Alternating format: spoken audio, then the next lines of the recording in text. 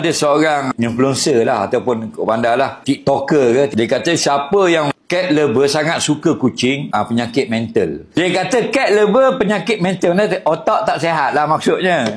Apa dalil dia? Mana dalil?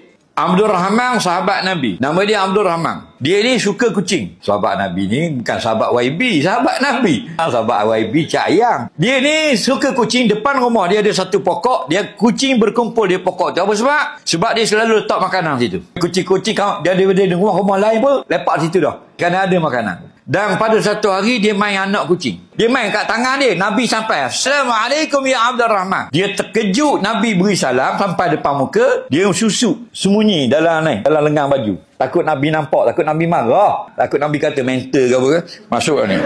Bila masuk dalam tangan ni, kucing, dia gerak lah. Mahala ya Abdul Rahman.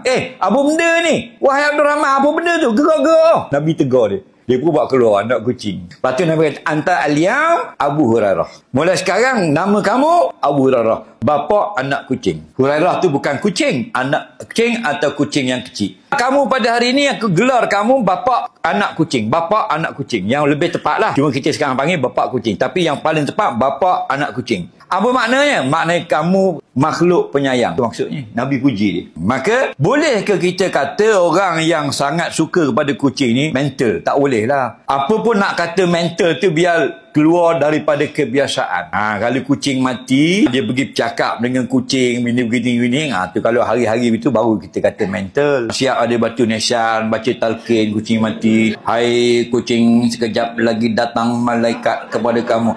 Tu baru mental. Kalau sekadar sayang kucing, tak ada masalah.